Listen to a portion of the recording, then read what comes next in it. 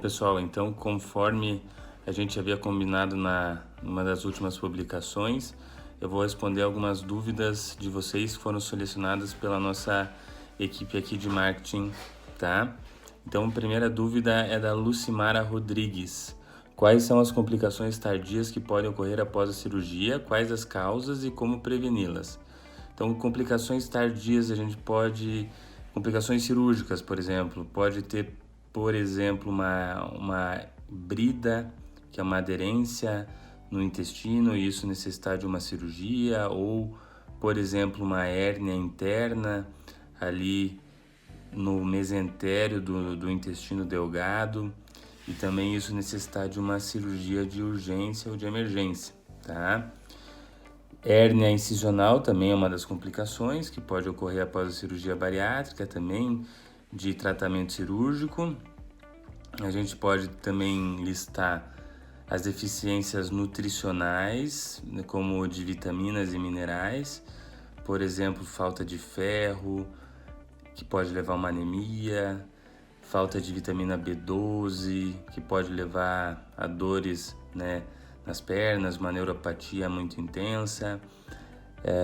Também a gente pode ter deficiências de vitamina D, deficiência de proteína, principalmente aqueles pacientes que abandonam a ingestão de proteínas como carnes e ovos.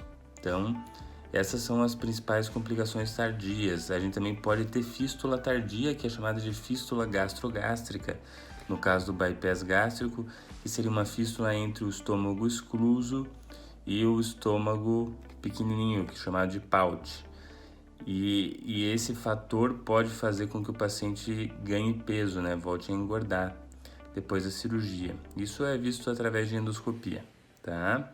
Então vou responder a outra dúvida aqui da Maria Carolina.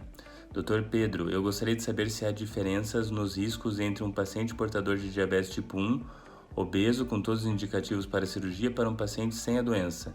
Minha dúvida é com relação à hipoglicemia severa que pode ocorrer na fase líquida, por exemplo. Então, o paciente que é diabético tipo 1, ele tem uma doença autoimune no pâncreas dele, que a célula beta pancreática, que é a célula produtora de insulina, não funciona. Por isso que esse paciente precisa de uso de insulina exógena, em injeção para tratamento. Então, se o paciente estiver numa dieta líquida, ele vai ter que ter acompanhamento com um endocrinologista após a cirurgia e antes da cirurgia também, para ajuste de dose da insulina. Porque a tendência é, se você está numa dieta líquida, a tua glicemia baixar, melhorar, ficar em valores mais adequados e vai necessitar provavelmente de uma dose menor de insulina. Então vai ter que ter um ajuste da dose, mas normal. Se tiver indicação para cirurgia, pode operar. Só lembrando que não vai ter melhora do diabetes com a cirurgia bariátrica, no caso do diabetes tipo 1, somente em pacientes com diabetes do tipo 2. A terceira dúvida aqui seria da Regina França Rosa. Existe limite de idade para redução?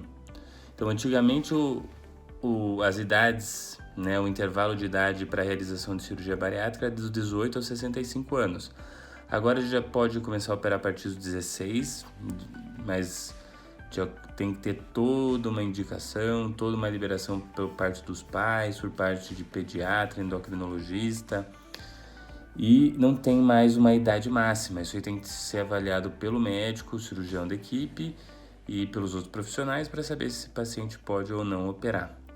Eu, acima de 70 anos, já acho bem complicado de realizar uma cirurgia bariátrica. Beatriz França. Boa tarde, Dr. Pedro. Estou com 6 meses e meio de cirurgia. Gostaria de saber se vou poder doar sangue. Obrigada por tudo. Estou muito feliz com meus resultados. Então, Beatriz, realizar uma cirurgia bariátrica é uma contraindicação para doação de sangue. Então, infelizmente, não pode doar, mas isso é pelo teu bem, para evitar que você possa desenvolver uma anemia, porque você é uma paciente de alto risco para desenvolver anemia por falta de ferro. A Lúcia Helena LG perguntou: quanto tempo após a cirurgia bariátrica poderei tomar outra anestesia? Então a gente pede aí o paciente tentar aguardar uns 3 meses entre um procedimento cirúrgico e outro, tá?